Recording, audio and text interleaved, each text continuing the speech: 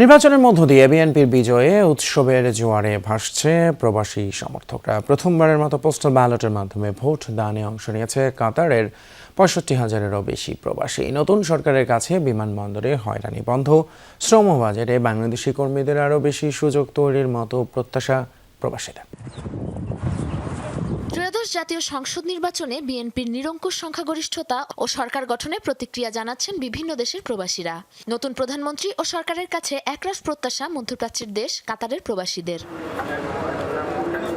প্রথমবারের মতো অন্যান্য দেশের পাশাপাশি পোস্টাল ব্যালটের মাধ্যমে নির্বাচনে অংশগ্রহণ করেছে কাতারের প্রবাসীরাও। এবারের নির্বাচনে পোস্টাল ব্যালটের মাধ্যমে ভোটদানে অংশ নিয়েছে কাতারে বসবাসরত ৬৫,০০০-এরও বেশি প্রবাসী বাংলাদেশি। তাদের প্রত্যাশা বিমানবন্দরে হয়রানি বন্ধ, সিন্ডিকেট মুক্ত করে ফ্লাইটের ভাড়া কমানোর পাশাপাশি প্রবাসীদের মরদেহ সরকারি খরচে দেশে পাঠানোর মতো গুরুত্বপূর্ণ সিদ্ধান্ত ও বাস্তবায়ন চায় তারা সরকারের কাছে। প্রবাসীদের এই হয়রানি, অনেক দিক দিয়ে হয়রানি হতে হয়। শুধু তাদের আসা যাওয়ার ক্ষেত্রে যে হয়রানি হয় শুধু তাই নয়, তাদের পারিবারিকভাবে তাদের জায়গা সম্পত্তির ব্যাপারে বিভিন্ন বিষয়ে প্রবাসীরা সবসময় হয়রানির শিকার, সে বিষয়ে দৃষ্টি রাখবেন। বিএনপির বিজয়ে প্রবাসের দলটির সমর্থকদের মাঝে চলছে আনন্দ উদযাপন। মিষ্টি বিতরণের মধ্য দিয়ে এই বিজয় উদযাপন করে প্রবাসীরা।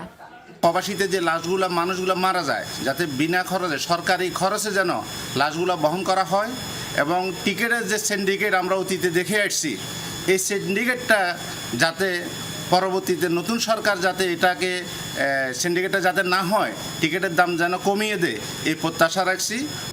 তারা বলছেন প্রয়াত প্রেসিডেন্ট জিয়াউর রহমানের আমলে প্রবাসের শ্রমবাজারে ব্যাপক সুযোগ বাড়ে কর্মীদের। প্রবাসীদের প্রত্যাশা নতুন নেতৃত্বেও আবারও সেই সুযোগ পাবে বাংলাদেশ।